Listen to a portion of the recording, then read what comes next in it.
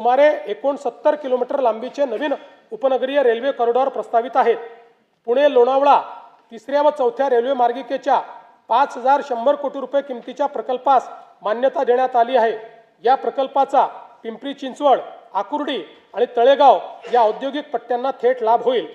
पुणे महानगर metro railway प्रकल्प टप्पा 2 मधील खडकवासला स्वारगेट, हडपसर खराडी मेट्रो मार्गिकेच्या उपमार्गिका हडपसर ते लोणी काळभोर आणि हडपसर बस डेपो ते सासवड रोड या प्रकल्पास मान्यता देण्यात आली आहे।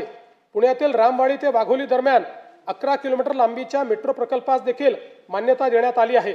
येरवडा ते कात्रज आणि हिंजवडी ते सिंहगड रोड या 54 किलोमीटर दुहेरी भुयारी मार्गाचा व्यवहार्यता अहवाल तयार करण्यात येत आहे। राज्यातील विविध रेल्वे प्रकल्पांसाठी 50% राज्य हिश्श्यासाठी आवश्यक निधी उपलब्ध करून देण्यात आला आहे। महाराष्ट्र अमृतकाल रस्ते विकास योजना 2025 ते 47 अंतर्गत राज्यातील रस्त्यांचा टप्प्याटप्प्याने विकास केला जाईल। या योजनेत 6272 किलोमीटरचे द्रुतगती मार्ग, 14919 किलोमीटरचे राज्य व जिल्हा मार्ग तसेच 4247 किलोमीटरचे पर्यटन परिपथ समाविष्ट आहेत। ही योजना महाराष्ट्राला $5 ट्रिलियन अर्थव्यवस्थेकडे नेण्यासाठी महत्त्वाची ठरणार आहे। पवनार जिल्हा वर्धा ते पत्रादेवी जिल्हा सिंधुदुर्ग या शक्तीपीठ महामार्गाच्या कोल्हापूर व सिंधुदुर्ग जिल्ह्यातील सुधारित संरेखनास मान्यता देण्यात आली असून भूसंपादनाची कारवाई अंतिम टप्प्यात आहे। कल्याण जिल्हा ठाणे ते लातूर पर्यंत ग्रीनफील्ड द्रुतगती महामार्ग उभारण्याचे प्रस्तावित असून त्याच्या संरेखनाची कारवाई सुरू आहे। राज्यातील 1000 पेक्षा अधिक लोकसंख्या असलेल्या राज्यातील 1000 पेक्षा अधिक लोकसंख्या असलेल्या गावांना कॉन्क्रीट रस्त्याने जोडण्यात येईल असे मी घोषित करत आहे। त्यासाठी एशियाई विकास बँकेच्या सहाय्याने 4500 कोटी रुपये किमतीचा कार्यक्रम राबविण्यात येणार आहे। राज्यातील विदर्भात पूर्व विभागातील नैसर्गिक खनिज संपत्तीने समृद्ध असलेल्या भागाचा सर्वांगीण विकासाच्या दृष्टीने नागपूर गोंदिया भंडारा गडचिरोली नागपूर चंद्रपूर या प्रवेश नियंत्रित शीघ्र संचार द्रुतगती महामार्गांच्या कामास मान्यता देण्यात आली आहे। वाढवण बंदराला देखील समृद्धी महामार्गाने जोडण्याकरता तवा ते भरवीर माल वाहतूक कॉरिडॉरच्या कामास मान्यता देण्यात आली आहे।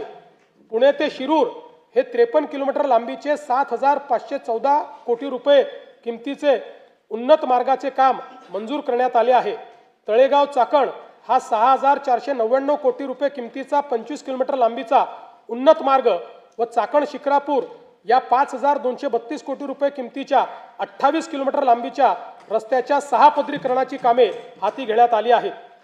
पुणे ते छत्रपती संभाजीनगर जलद व सुलभ प्रवासासाठी शिरूर ते छत्रपती संभाजीनगर या 192 किलोमीटर लांबीच्या 14886 कोटी रुपये किमतीच्या ग्रीनफील्ड महामार्गाचा प्रकल्प अहवाल तयार करण्यात येत आहे।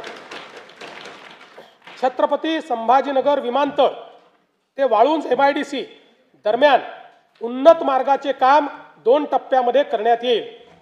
हडपसर यवत या 5262 कोटी रुपये किमतीच्या 31.50 किलोमीटर लांबीच्या 6 पदरी रस्त्याचे काम हाती घेण्यात आले आहे। नवी मुंबई आंतरराष्ट्रीय विमानतळावरून देशांतर्गत विमानसेवा 25 डिसेंबर 2025 पासून सुरू झाली आहे। छत्रपती संभाजीराजे आंतरराष्ट्रीय विमानतळ पुरंदर पुणेकरिता विशेष हेतू प्राधिकरणाची स्थापना करण्यास मान्यता देण्यात आली असून भूसंपादनाची प्रक्रिया अंतिम टप्प्यात आहे। गडचिरोली येथे ग्रीनफील्ड विमानतळासाठी भूसंपादनाची प्रक्रिया सुरू करण्यात आलेली आहे।